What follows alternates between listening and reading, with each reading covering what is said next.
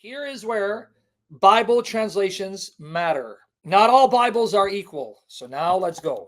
Now watch. Hebrews 4 is about how at the time of Moses, the Israelites did not enter Canaan, but were killed in the desert because of disbelief. And then eventually they entered Canaan, but that wasn't the promised day of rest. Because watch how all translations are not equal. Let me show you a terrible translation that will mislead you. Many of them will. Okay, now watch here. Look at how your translation will affect meaning. NIV, Hebrews 4 verse 8, NIV. For if Joshua had given them rest, God would not have spoken later about another day. So it's not about Joshua bringing them to the promised land. If you're not studious and you're not seeking the Spirit to help you go deeper into the text, you're going to say, oh, okay, it's about Joshua. Are you now ready? You want to see the world of difference, guys? Please pay attention. Don't let the demons distract you. For if Joshua had given them rest, God would not have spoken later about another day. Okay, now if you just had that, oh, okay, so that's Joshua and that's God the Father. Now let me show you something, brethren.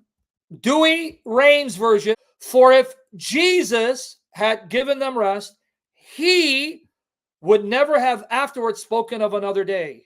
See how the meaning just changed? There is no God, it's the pronoun he. And instead of Joshua, it's Jesus. For if Jesus had given them rest, he would not have afterwards spoken of another day. Now let me show you the King James Version. For if Jesus had given them rest, then would he not afterward have spoken of another day? Let's look at some other versions. Look at the New King James Version. New King James Version. For if Joshua had given them rest, then he would not afterward have spoken of another day. Now here, they just made Joshua God, and they didn't realize it. They just made Joshua God, because notice the pronoun. Then he would not afterward have spoken another day. The he is the one who speaks in Psalm 95, because he quotes Psalm 95, where Yahweh says, today, if you hear his voice, do not harden your hearts. But if you go with this translation, that means Joshua spoke the words of Psalm 95. That means Joshua is Yahweh. You see how they end up butchering themselves? Because they don't think deeply about context. Now watch, though. I'm going to unpack it.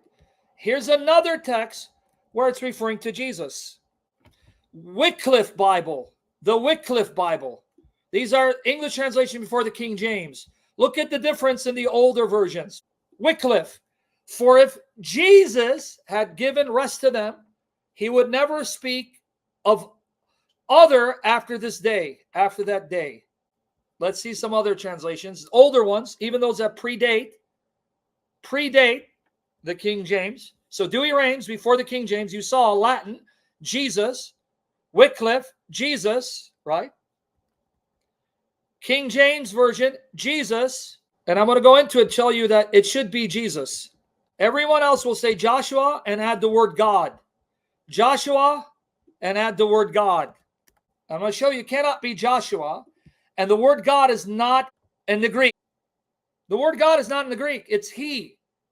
And the word is Isus. Now, Isus can mean Jesus or Joshua, but you're going to have to determine it from the context. So the context makes it clear it cannot be Joshua. Here is the Greek. You're going to see the word God is not in the Greek. Now, you see the word for Joshua is Isus. Now, even in this transliteration, they put Joshua, but look at the Greek. It's Isus. That's Jesus' name in Greek. Do you see anywhere where the word God is? Uk an peri. There is no word God. Would he have spoken of another day? Uk an peri. There is no word God. The one that's being referred to is Isus. But they add the word God in there so that you don't get confused into thinking Joshua is the one who said the words of Psalm 95. Because here, Hebrews is quoting Psalm 95. And there Yahweh is saying, Today, if you hear his voice, do not harden your heart. So that's the other day that God is talking about for you to enter by obeying him. Since it's God who's saying those words, it can't be Joshua. So they add the word God, so you don't get confused that Joshua's the one who spoke Psalm 95. But hold on. If you translate it as Jesus, there's no problem. Because Jesus is God. Jesus was there before he became flesh. And yes, Jesus is the God who would have spoken Psalm 95. Another proof that Jesus is Yahweh God, which they robbed you of because they added the word Joshua and in some instances the word God. Did you never read this and say, well, hold on. If this is Joshua, how does he speak in another place? How does he speak of another day? How does he speak in Psalm 95, which is written centuries after he died? You never thought about that? No, that don't make no sense. But if you have Jesus, now let's do Douay-Rheims, and we're going to look at the King James. Now it makes sense, yeah, because Jesus is God. He's ever living. He's been there from before creation, and he continues to exist forever. And he's the God of Moses that appeared to Moses and to Joshua and to the prophets. Now it makes sense when we go with this. Douay-Rheims. For if Jesus had given them rest, he would never have afterwards spoken of another day. Now it makes sense because Jesus is ever living. He wasn't just there at the time of Joshua or Moses. He was there at the time of David. Now let's see what that other day is and who spoke it. Hebrews 4, verses 1 to 8. Let's see what that other day is. What is being cited? Let us therefore fear lest the promise being left of us entering into his rest, any of you should seem to come short of it.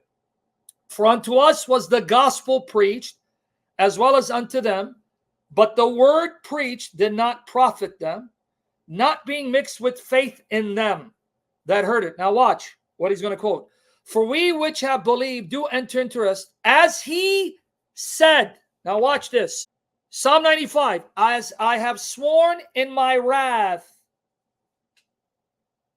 if they shall enter into my rest, although the works were finished from the foundation of the world. So what did he just quote? Psalm 95, verses 5 and 11. I'm going to show you who is there. For he spake in a certain place of the seventh day on this wise. So notice who is he? It's God again. And he's not going to quote Genesis 2. And God did rest the seventh day from all his works. So who is he? God. God spoke Psalm 95. God spoke Genesis 2. And in this place, if they shall enter my rest. Oh, so the same God who spoke Genesis 2 is the same God who spoke Psalm 95, verse 5 and 11. Seeing therefore, it remaineth that some must enter therein, and they to whom it was first preached entered not in because of unbelief. Again, he limiteth a certain day, saying in David, today, after so long a time, as it is said, today, quoting David, quoting God. David is quoting God. David is telling what God told him to write. Today, if you will hear his voice, harden not your hearts. So David is quoting God. And what psalm is it? Psalm 95, 7 to 8. Now let's follow Hebrews 4, 7 to 8 to its conclusion. He just quoted David quoting God. Psalm 95, 7 to 8. David is writing what God says. Today, if you hear his voice, do not harden your hearts. So David, who said that? God said that. Who told you to write that? God. Now watch the connection. Hebrews 4, 7 to 8. Again, he limiteth a certain day, saying, in David, today, after so long a time, as it is said, today, if you will hear his voice, harden not your hearts. Now it makes sense. For if Jesus had given them rest when he brought them into Canaan, then would he not afterward have spoken another day? How do you escape the fact that in the context, the Jesus here has to be the Lord Jesus, because what comes before it are citations of God speaking about the rest. He rested. They will not enter my rest. Today, if you hear his voice.